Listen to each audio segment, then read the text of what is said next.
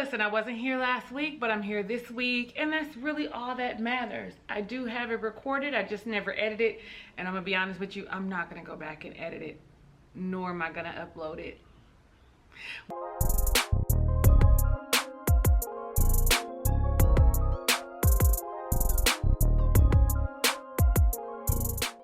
What's up? How you doing, Ray of Sunshines? I am your girl, Talisa Ray, lifestyle coach. We are reviewing Married at First Sight, season number 12, episode number 17.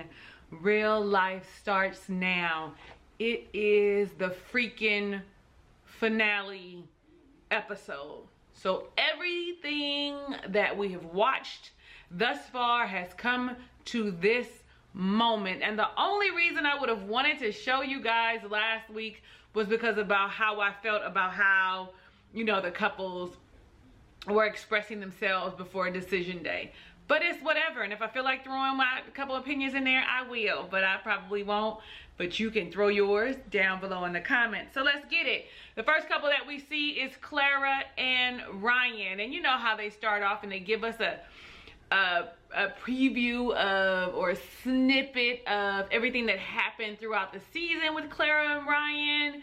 They each talk about what they like about each other and the things that aren't so pleasant that they like, that, you know, some of them are saying in their speeches that they're giving, that they're gonna deal with, you know.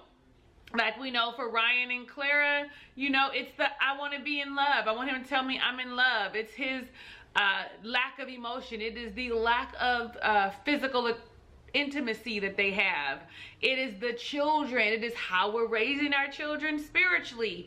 Are they going to church? Are they not? Like, they have some issues, but from what they say, they communicate really well. That's me giving you what they said in a nutshell. Ryan arrives first, honey, and he got on a three-piece ass suit, okay, with a bow tie, okay, buttoned up, okay. Like, I was like, this really shows you his personality. It really shows you that he is very much so whichever brain is the thinking side. Left brain, right brain. Very analytical, just the way he was very meticulously dressed. Let's see, Clara come in her cute little pink cape dress with a little gold belt on. I was like, okay, Clara, but pink isn't your color because you're so pale. It is washing you out. You needed to go with a different color. Maybe a green or because I get so pale in the winter is my color. It does something for me. A green or a blue, but that pink was a cute dress. Anyway, let's get into it. They asked, how have you been? I don't know which one of the experts it was, but Ryan was like, you know, this is a good experience. Or how was the experience? It was good. It required a lot of introspection. And Clara said, you know what, I had high hopes. And this is I came in with high hopes, and this has been a really good fit for me. You know, a lot of stuff I wish we would see in the that they don't show us, because, you know, we don't see the good fit. I mean, you know, we see that they communicate well, but we see she irritates him, that she talks too much, that he isn't as affectionate as she wants. So what they see, I wish we saw too, right? So Pastor Kyle said, how have you gleamed from her? Because she has a lot of spice and you're an alpha. Okay, now I can see where he's an alpha. He's just not one of those machismo alphas that, you know, this is my way. This is what I like. This is how I think things should go, and you're going to follow along. Fine. And she's okay with that because she's a beta woman. In addition, though, when he said that she was spicy, I was like, where's all the spice? I'm looking for the spice. Where's the jalapeno peppers? Where's the red peppers? Where's the cayenne pepper? Where is the spice? Because I didn't get to see it. All I saw the whole time was her going along with what he was saying. Nevertheless, Dr. Viviana then starts talking, and she plays no games, right? So she says, how has communication helped you in the road to intimacy and how you physically show it or not? I was like, well, let's just go ahead and make things uncomfortable real quick, shall we? Clara then, she began to speak and just said, you know, we're taking things slower, and Ryan explained it to me a few times and I understand it. So if it's a few more months that we wait, then so be it. I'm all like, all right, okay, I mean, then you should have been expressing that instead of what you were doing the whole season. I mean, the whole season is complaining about the lack of sexual intimacy and how you were performing on him. And you know what I'm saying? Like, you should have said, okay, then it goes both ways, all the way around. We are going to abstain from sex until you're ready. I'm going to go in here and take my little rose and handle my business. That's what she should have been saying, but that ain't what she said. So, I mean, I'm glad that she's okay with it. If that's what she feels, whatever. Dr. Pepper then, more insult to injury. What kinds of words of affirmation did you guys say? Dare I say I love you? Between you. No, it wasn't no I love yous, okay? Listen, so Clara said, the words I love you haven't been said, but I know that he cares about me through actions. Okay. And Ryan said coming into this, I knew that it would be a slower process for me. How slow is it gonna be? Is it gonna be 3 years, Ryan? Okay. So then they asked, well, what is your decision? Now, we all knew what their decision was gonna be, right? So, but I'm gonna go into how Clara talked, right? She said, you're like a best friend to me, or almost my best friend, or some shit, and that this is the healthiest relationship that I've ever had. I feel like we were meant to be. You're the best husband I ever had, and hopefully the only. I mean, we know she's an emotional character, and we know that the way she articulates herself is very good, right? I commend her for that when she does articulate herself. Then we have Ryan, okay, and he's just pausing and umming and umming. I'm all like, you know, and he was smiling when she was speaking. However, when it was his turn, there was some apprehensiveness, as if he was still thinking about what his decision was gonna be. You know what I'm saying? So, okay. He's talking and he says, you know what? I know that I need patience and I know commitment. And I'm looking at her and it looks like her eyes is like some water swelling in the back of her eyes. Like it's swelling up in the back of her eyes. It's kind of how I feel. And he's hemming and hawing like I'm going right now. He's like long pause and that could just be camera producers doing it that way, but whatever. After all of that, he said that he 150% wants to stay married to Clara.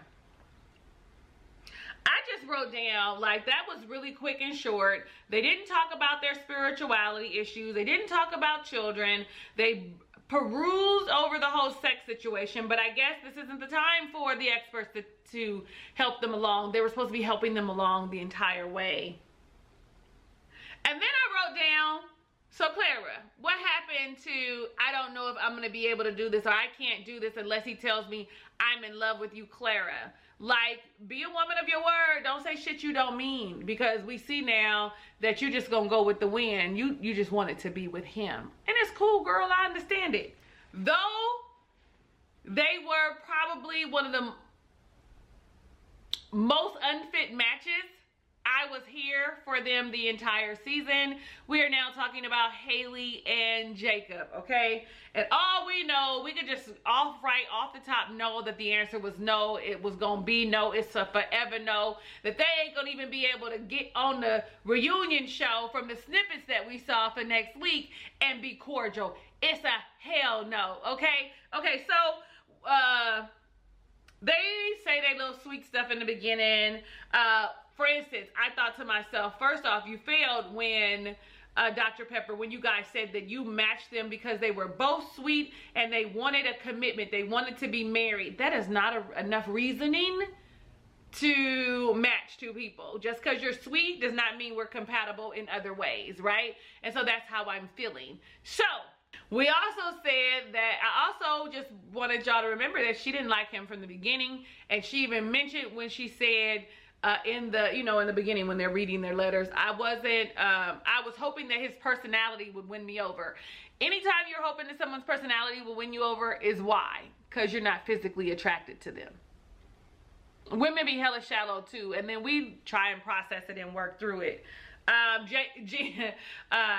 Jacob walks in his iconic jeans, white shirt, tie, and suit jacket. Okay, that is classic 80s how you would dress. I still like for me to be able to wear a pair of jeans and a blazer, but for women it looks different than it does for men, and depending on how he wear, because his jeans aren't like dark blue dress up jeans. Them is like the jeans that he wear on Saturdays, right? Them the jeans he wear to work. That's probably how he dressed when he go to work.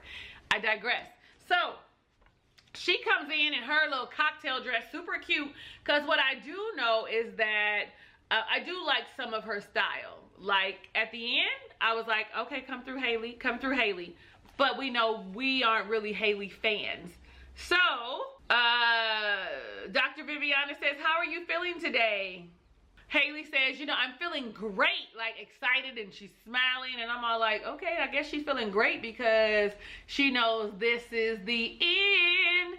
And she says, you know, on wedding day, I looked at him and he's like, he's not my typical type, but he's attractive. Like, don't be double-minded, child. Don't be double-minded. Stay with it.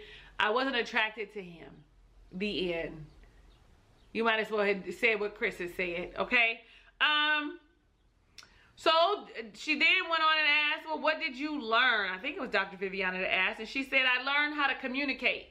I learned how to process my emotions and then tell you how I feel, which is one of the most significant things that anybody can do for themselves, is to be able to open up your throat chakra and be able to talk and speak the truth about you and what you want and how you feel and what you need. And it is an ever evolving process, because even those of us that do speak our mind, sometimes when it's someone we care for, we have a hard time and it's stifled. So that's something that we can constantly work on, constantly affirm myself, constantly affirm ourselves, and I affirm myself that I speak for me. I speak the truth for me about how I feel, my ideas, my opinions. Yeah, but it's not about me. Jake says, you know, I learned patience under pressure. And, you know, Dr. Viviana was like, well, what exactly does that mean? And he says, you know, when everything started going awry, you know, I guess he was not patient. He was like, well, what the hell? With the apartment and all that, and they start hashing out, you know, I felt, you know, she said, I felt he was projecting his past relationships on me, which could be a thing that he was doing, but he was only responding to how you were treating him. But let's keep going.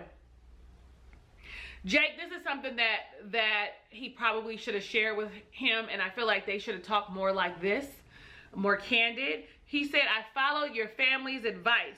They said to give you space when you need it, so I did it.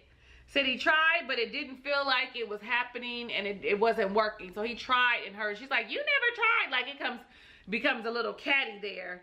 And she was like, all we kept going around is with the same conversation. Dr. P was like, well, what conversations were those? And it was, are you attracted to me? What's missing? Where are we? And I just wrote down, they had a whole communication breakdown right in front of the experts. And this is what happens when they aren't there to provide assistance.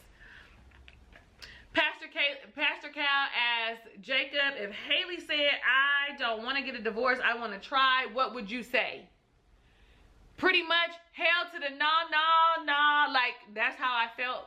He was like, this is what he said. We had 8 weeks to try, and it didn't work. And we never did. So it's a no. It's a no. Haley agreed and said, I've given all that I can at this point. And if I continued, I would just be settling to be married. And then you see her later and she says, you know, I feel like getting a divorce is a big failure. But I mean, that's what it is. You got a divorce. Is it really a failure? It's not. It didn't work between the two of y'all. And that's just how life works sometimes. Sometimes you're just not compatible. Cut your losses and move on. Because it sure the fuck looked like Jake did. Jake doesn't seem like he feels one way or the other. Somebody is going to scoop Jake up. I know some of y'all don't think that he's attractive, but I'm going to tell you the truth. Some woman is out here pining for him right now. Like, yes, Jake, how do I find you? I'm going to slide in your DM. So when they started running the reel for Chris and Paige and telling us about who they were and all that stuff and what they went through, and how she wanted to be married and all, you know, all the shit that happened between them with the baby and the this and the that. I just was like, why are they here? But I remember that even Mindy and Zach, even Brandon and what's homegirl name? See, they become non-factors. I can't think of Brandon's wife's name at the time, ex-wife's name. But even them, they had to come back and sit on the couch and say we want a divorce, even after they already had said. Pastor Cal said that they wanted them to have an honest conversation about where things went wrong. I don't think any of us required that. I mean, I know I didn't. I knew where it went wrong. Day one, when he looked at her walking down the street and said, oh, walking down the aisle and said, oh fuck, or oh shit, or whatever he said. It started in that moment. Pre the baby with Mercedes. It started in the moment where pre-Mercedes he said to her, I'm not attracted to you. It started pre, okay?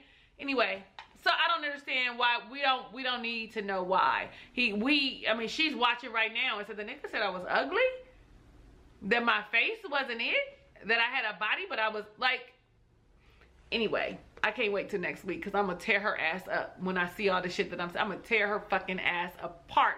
She better not be really what they showing us is them working it out. They better not be working it out because I promise to God I am not gonna hold nothing. I'm starting a Dear So-and-so segment, which is gonna end up being for members only, but not quite yet. I'm gonna give y'all a little taste. And she would be my first one, okay? I don't know who it's gonna be this week. I don't know. One thing that I would agree when she said, you know, in her little letter or whatever the thing is, that little voiceover thing, she said, he always leaves me feeling confused and rejected. Hold on to that, sis. That's the feeling you want to hold on to. That he always leaves me feeling, because, you know, he has good moments or some shit she said, but he always leaves me feeling confused and rejected. Anybody that leaves you with those feelings, not loved or cared for, you know, not cherished or honored, not respected, baby, then what are we doing? He don't even leave you heard. Like, you don't even feel seen or heard with him. Chris says that he felt blessed when he saw her. The lies we tell, because he forgets that he told us that when he saw her, he knew she wasn't his type. Did we forget? Did we? I know I didn't. I'm sure y'all didn't. Let me know down below in the comments if I made that up. Did I pull that out oh, I almost said it. Did I pull that out the air? No, I did not. He also has mentioned that she gets aggravated and shuts down. And that she doesn't protect his feelings. Protect your feelings from whom? Because what I saw, the snippets that they were showing, was that she was telling you how she felt about the situation and how you weren't sharing your feelings or providing. But whatever, let's talk about when they walk into the room. He looks regular and so does she. She got that wig back on her head. But today she must have had a professional put it on because it looked real nice and neat. A professional must have put that wig on for her today. He also, oh, let me just say, I forgot I wrote down. He also said he wanted to be a husband. I said, get the fuck out of here. You didn't want to be nobody's husband because you didn't even try. But Pastor Kyle said, what were the best things about your marriage? Share some of the positive stuff. And I was like, they weren't even together long enough.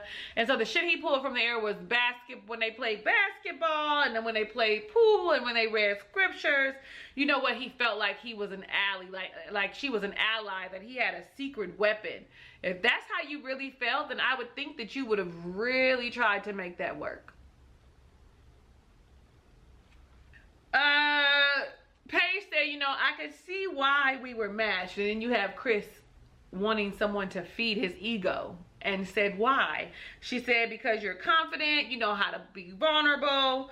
God put us in this process for a reason. Her favorite line of the season, God put us in this process for a reason, but I didn't feel valued or respected.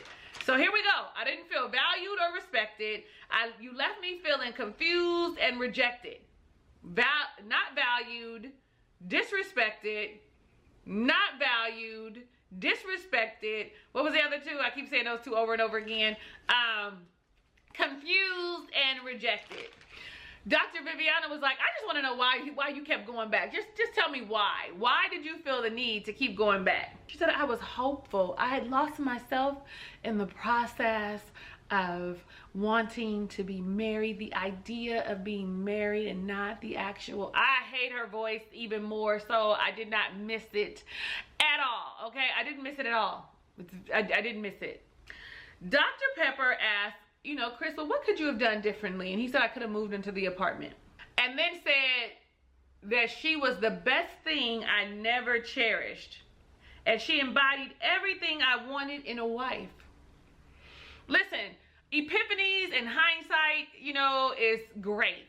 Like, I love when people can recognize where they went wrong, right? I love when people can do that. But because of how manipulative he has been and disingenuous, I feel, and just really cocky versus confident, you know, very, very disrespectful. Everything that he's saying to me doesn't feel genuine. It feels inauthentic. And he might have felt that way. I don't know. But for me, it does not feel truthful. It does not feel truthful. It feels like another manipulation tactic. I want everybody to see me in a different light. He did say, he did apologize, and from the bottom of his heart is what he said, because she did not deserve to be treated the way she was. Well, now that's true.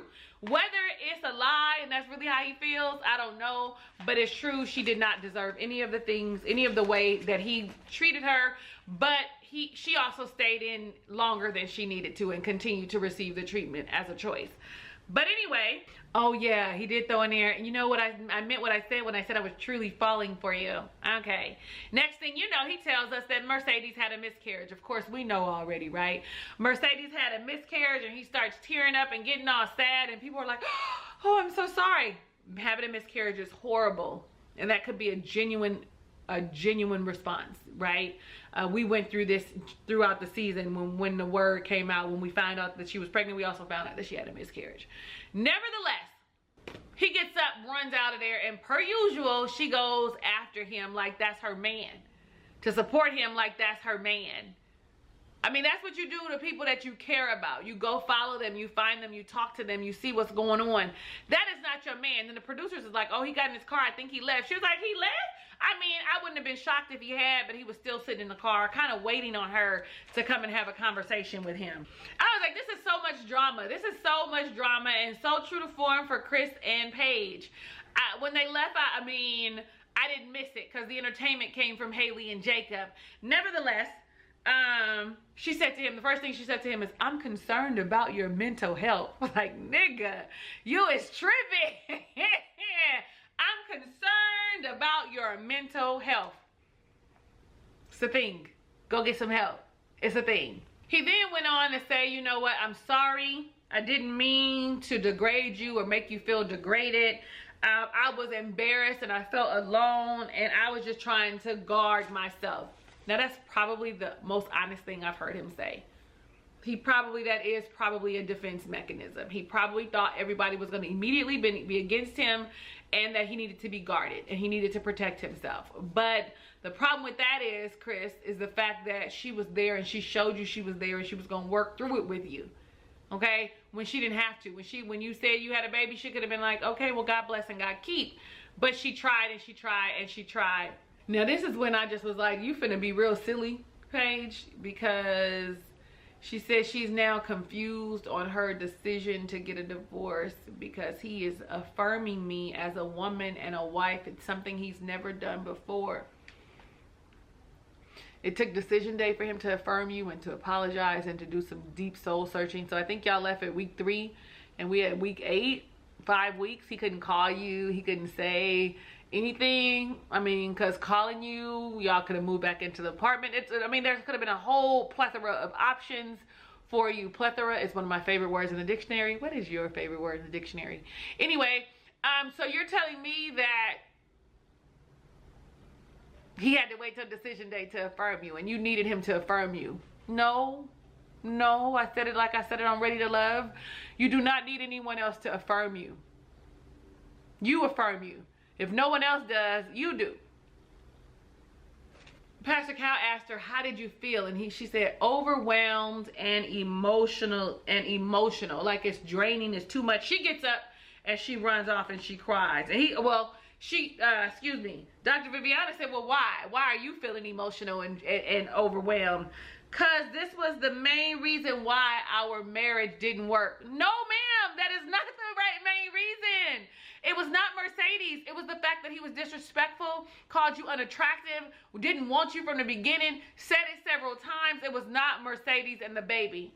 Okay, and now we really know that Mercedes and the baby could have possibly, I don't want to diminish someone's like ability to be pregnant and have a miscarriage, but I feel like that was a ploy. When he found out that you weren't attracted, that he wasn't attracted to you, he went and called Mercedes and told Mercedes, I need you to be pregnant so I can get out of this. I need you to pretend and you can say you had a miscarriage later.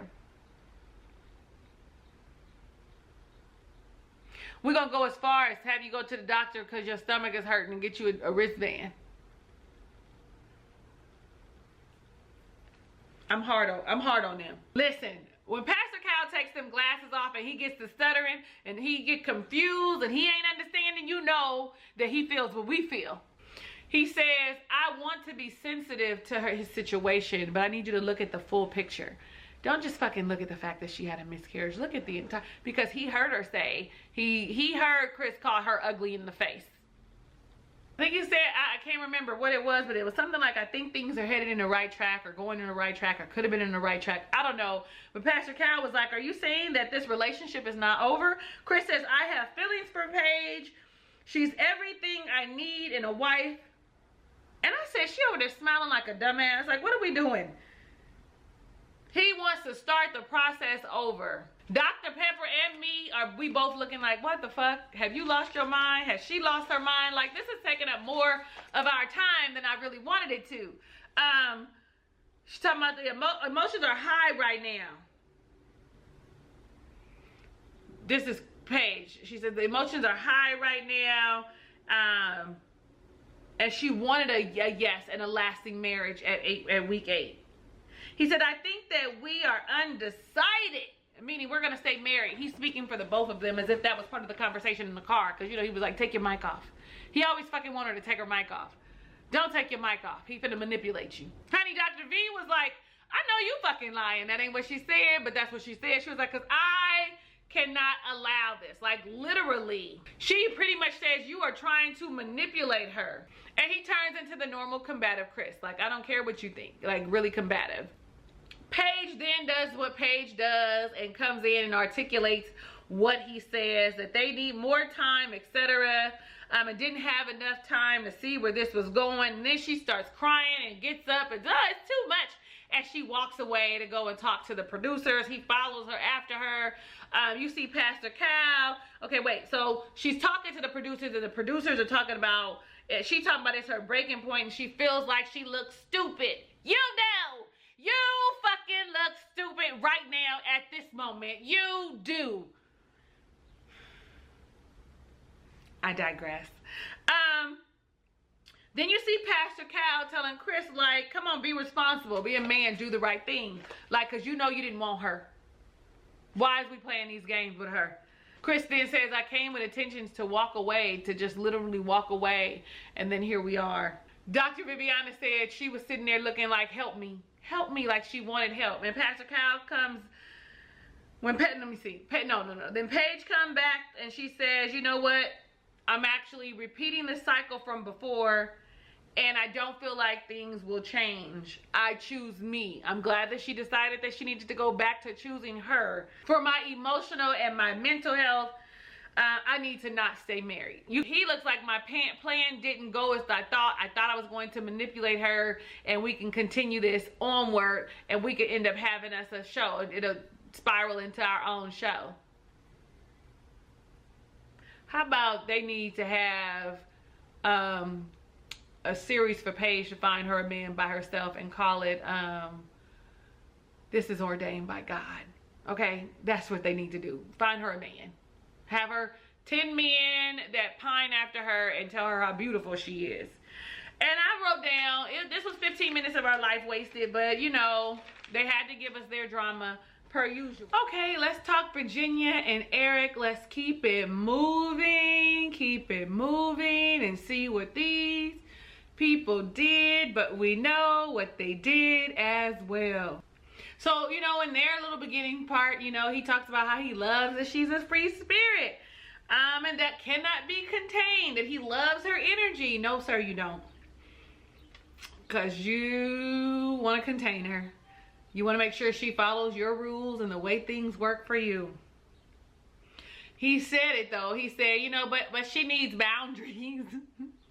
She needs boundaries. Or is he saying he needs to set the boundaries for her, or she needs to set her own boundaries? Which one is it? Because it's one thing for me to set my boundaries and expectations. It's another for you. He said that she doesn't always think things through. So what does that mean? Is she impulsive? Probably. Virginia says that he's a genuine soul and has a pure heart.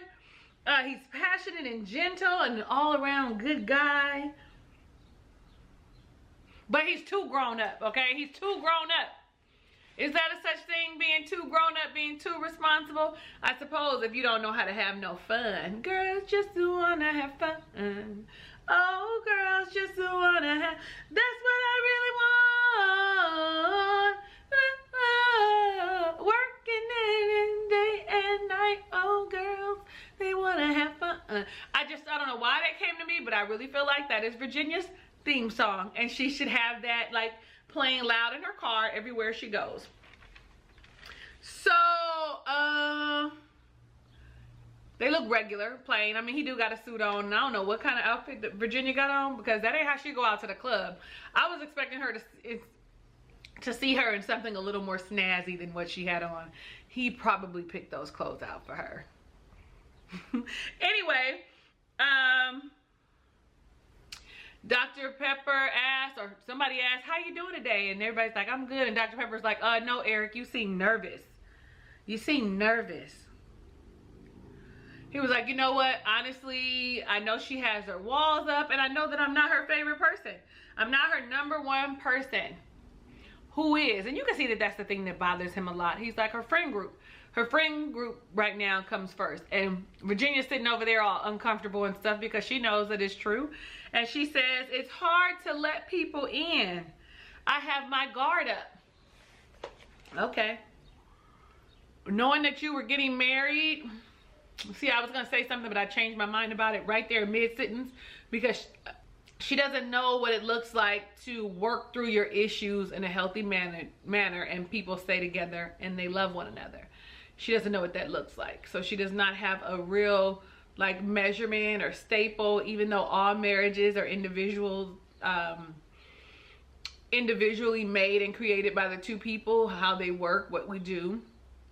But one thing I know for sure is that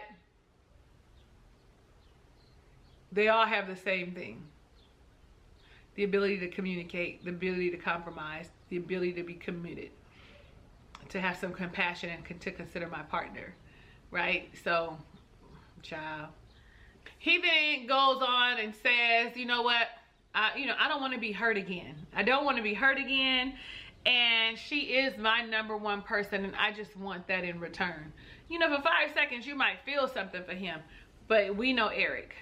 Erik begins to tell her, because they ask, you know, about his decision, and he begins to tell her, or did they even ask? I'm not sure. But he begins to tell her how the highs of their relationship outweighs the lows, and that he is working on his shit. That I'm getting my stuff together, you know, I guess the controlling and wanting her to come home at night, you know, and, you know, wanting her to make him his #1, her #1. That she is one of the coolest people he's ever met. Is she? Huh. Then you need to get out more. You need to get out more. She's probably a lot of fun. She's a blast to be around until you have to do some serious shit. Then he pulls out a rubber band. Isn't that a rubber band? A washer for your, you know, for the sink. Is that a washer? And gets down on one knee and asks her, would you stay married to me? So she didn't even get an opportunity to like express how she felt about him right away. She just said yes, smiled, yes, I want to be with you still, or whatever, right? So my question though is, listen, how they gonna end up at the reunion? Because for me, this relationship is still a disaster. They have to go and seek counseling. They have to do things that are going to strengthen them as individuals, be able to see things from the other person's point of view, as well as work together, compromise, communicate a lot better. And she needs to stop self-medicating. He needs to stop telling her what to do in the manner that he's doing it, and she needs to stop self-medicating. They're over that fast. I told you it was who? Chris and Paige. They took up too much time. So then we're going to talk about Vincent and Brianna, okay? We're going to talk about them. Brianna in her little beginning, he's everything I never knew I needed. But he's stuck in his way, and he has a hard time of taking criticism, taking jokes.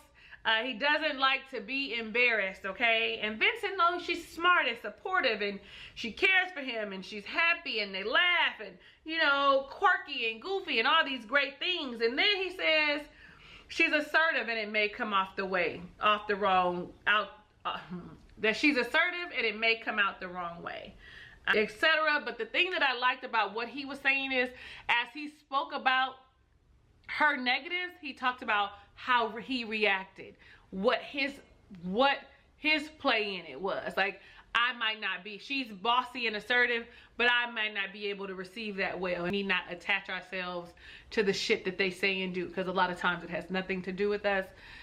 Self, reminder to self, that shit that he's going through has nothing to do with you. That was just a little sidebar. Y'all saw me talking to myself for a minute. That was a real life talk to herself.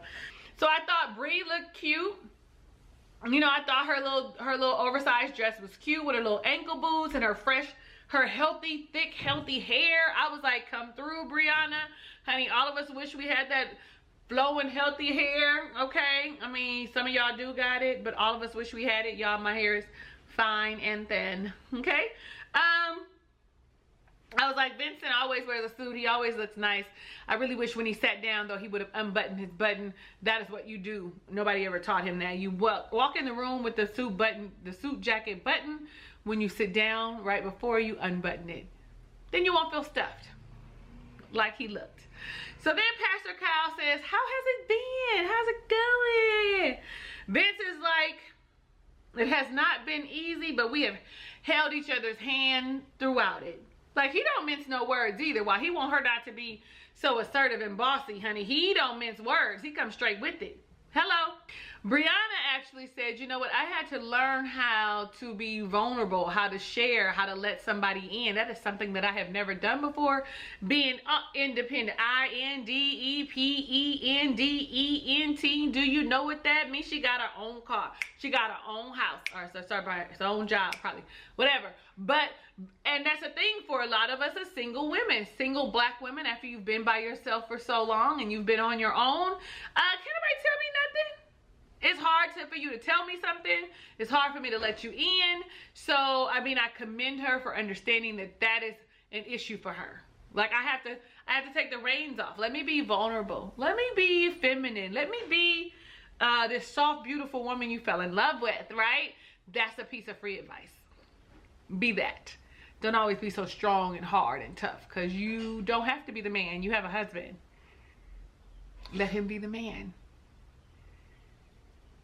It is a thing called play your position. I'm not saying follow him blindly, but sometimes you need to sit back and sit softly in your womanhood, in your femininity. Relax in it. Something that took me a long time to learn. A lot of times I'm still learning it. But the men I date tend to think that, you know, oh no, they be like, oh no, you were such a soft feminine woman. She also said that it was a ton of compromising. Yes. Communication, commitment, compromising, compromise, the big 3 C's. Vince says,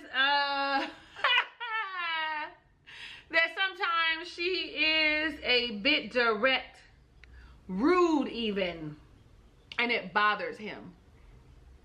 Like, I was like, ouch, rude, rude, rude. I don't think she means to be rude, but it is their perception. And so once you figure out what it is that they think is spicy or rude, then do you tailor what you say and how you act and how you behave? What? Tell me. I don't attach myself to that shit.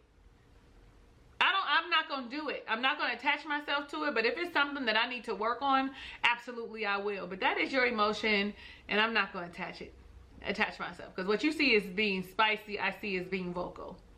I think I might have triggered myself right there.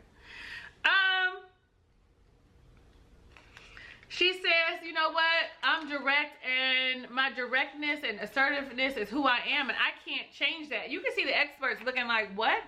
My tone, listen, we can. We're not changing ourselves because we change the tone of how we say something, right? You can still be direct, but have a softer tone, not be as mean. So, for example, telling your husband he's unorganized. I don't feel like she said anything wrong that day. I don't think that she said it in any particular way. But here's an example. I feel like you're unorganized. Could come off rude. Do you need me to help you organize some of the things around the house? I see there's a lot going on. I see you don't have time to get things back in order. You know, I'm really good at organization, and if you need my help, you know. So it's not always what you say, but how you say it that makes people think that you are assertive or direct or rude even. How dare he? But the fact of the matter is, it is our delivery. It comes in delivery, and no one wants you to change, but if you love someone, you will adjust the delivery. Not necessarily what you say, again, but how you say it. So then they asked, I guess, Brianna, I think it was first, they asked her first. And she says that she likes who she is with him and wants to continue to grow. Meaning, I know I don't want to change, but I like how I feel with you. I like, you know, how better I'm becoming because I'm listening to the things that you say. I'm inferring, I'm adding that stuff. And he had no expression on his face, right? He had no expression. I thought, I mean, no smile, no nothing while she was saying this. Not no nod in agreement, no nothing. I was nervous, especially after it was nice knowing you. Okay. He then starts to talk and says, you're all that I have been missing. Even now, I get a little choked up at the fact that he says, you are all that I have been missing. And then he said, you complete me or whatever. I'm whole because of you. Now, I don't believe in that. I'm a whole ass person before I ever met you. Two wholes come together. That's how I see it. I ain't half of nothing, a quarter, 3/4 of nothing. I'm a whole ass person now as a single woman, as a widower, as a widow. Okay, Google. What is a widower? Here's the definition of widower. A man who has lost his spouse by death and has not remarried. Okay, I'm a widow. Oh, I'm a whole ass person as a widow. And one of y'all told me the right tense of it last time. I'm not sure which one of y'all. It was one of the fellas though, I think. Anyway, then he gets down. He's like, there's one thing missing. There's something missing. And he gets down on one knee. I'm thinking he's gonna pull out a ring, honey. He goes under the couch and pulls out a cheesecake. And inside the cheesecake, written on the box is, Brianna, will you marry me? You know, it doesn't replace the ring, but definitely it is a kind gesture because of the simple fact that she loves her some cheesecake. And it was very creative. So we see all the couples who stayed together, who we thought were going to stay together. Clara, everybody stayed together except for Haley and Jake and Chris and Paige. Them the only people that didn't stay together. We said that that's how it would go. I still don't agree with all of them, like Erik and Virginia. I think that they should call it quits. Clara and Ryan, if they don't fix whatever this sexual intimacy and the ability to speak the words and actions of love, that's going to be a problem for you. Brianna and Vincent, for them. Brianna and Vincent just need to learn how to speak to one another. And they said that with their communication. Y'all, Let me know down below in the comments who you think are not going to be together when we get to the reunion next week. Okay, so then after the decision day, you know how they all go and they meet up. Clara and Ryan were the first people to say that they stayed married. Brianna and Vincent, Vince says we stayed married. You know, everybody's like we thought differently. I thought for a second that Vince was gonna be like, hell nah to the nah. Virginia and Erik, they're still married, and you know, we found out that Erik asked for the dad's blessing, and that was like 2-3 weeks ago when he talked to the dad. That clip, you remember that clip? I don't know which one asked Haley if she learned anything, and she said yes, and I wouldn't change it. I don't have any regrets. Jake says, I don't think I really learned anything. Jake, you have, and you know you've learned something, right? You'll go back into it and you'll look, and you've learned something. I wrote Paige down, and I wrote down, Paige dumbass shared that she was 60% of her was gonna stay. And like you and I, when she threw that number out at 60%, all of them looked like, what the entire fuck is wrong with you? Do you have a mental illness? Do you like to be tortured? Like, we all looked at her like that, even though we knew that she said no. For her to vocalize to them that she was willing to stay in the shit because some dynamic changed, yeah. Virginia was like, you know what, I'm curious to know why. I want to know why would you gonna stay? And she was like, well, he said some other things, like, so he affirmed me and said all the things and apologized and said all the things that I needed to hear. And he, you know, and part of what he said was part of the reason why I would have stayed, you know, the Mercedes having a miscarriage or whatever. But he didn't like you before that, and I hope you saw that. I mean, because all of this aired and then you guys have, right? The majority of it airs and then you guys do the reunion show. Or do they do the reunion show while it's still showing? So some of it, or still going. So some of it is still not all the way revealed. But we know for sure the beginning of him finding her unattractive is. So I can't wait to see how next week plays out. You can see that, you know, Virginia was a little offended. Okay, yeah. I understand. Okay, listen, and mind your own business, girl. You can't be expecting people to just want to throw up and be in, you know, you can see she was in her feelings. The end. Like that Paige did not want to share. As they're discussing it, Chris rolls through in them same shoes that he wear every time he got a suit on. And you know what I know? The music is always indicative of how we feel about the people, because they always play music that makes Chris an antagonist. They make him the villain every single time since we've met him. He comes in apologetic, shares that it was an emotional situation, that it lasted 6 fucking hours. I don't know if he told us or she told us, but it was 6 hours, okay? And he says that he talks about his regrets and about talk about how he regrets how he went about the whole situation. And then he talks about what he learned. He says that he learned that no matter how successful you are, you have shit that you have to work on. And him looking in the mirror, he realized that he has work to do. I'm looking at her, looking at him, and she is smiling at him like that's her newborn baby. Like, she's so excited about who he has, these epiphanies and revelations that he's had. She says that she's proud of him. She didn't think that him and Erik would actually make up or shake hands or whatever they did. I mean, when he walked up, y'all saw everybody didn't want him there. Like, why is he here? Why? What are you doing here? Shit, we barely want Paige dumbass here. You hear her dumbass saying all this dumbass shit? She says that she is glad that he showed up to support her. He also showed up so that he could clear his name.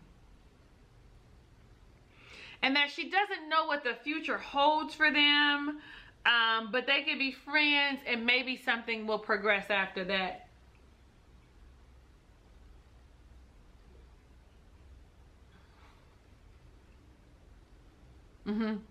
That's what I have to say. So here I am rooting for you, and we were all rooting for you, and you tend to make the same mistakes.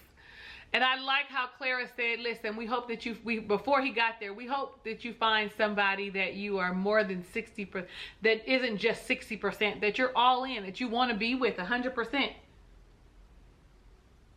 And 60% is a high number to give, right? Off of just a few words that he said in a decision day meeting. Anyway, y'all, that ends the episode and the season of Married at First Sight, season 12. Come on, season 13, be better than this. This was nerve-wracking for my soul. Y'all let me know down below in the comments what you thought about the decisions that these couples have made to stay together or to go their separate ways. Did they make the right choices or nah? I am your girl, Talisa Ray. Thank you so much for watching my review. The entire season of Married at First Sight, season 12, the finale, episode 17. Oh my God, it's over. Listen, come back for the reunion because I'm all here for it. And like I said, I'm gonna tear Paige a new one if she do some dumb shit. She's making these dumbass choices on her own. If it's your first time visiting my channel, it's not too late to subscribe. I record and review other stuff. Click that red subscribe button, become a ray of sunshine. Next to it, click the all part of the notification bell so you're alerted of when I upload new videos.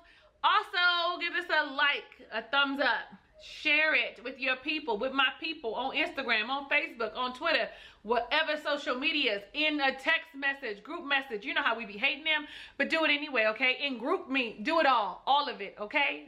I love you in real life and want every good thing that God has in store for you, even if you don't know what that is for yourself. Hugs and kisses and lots of love. I'll see you on the next review.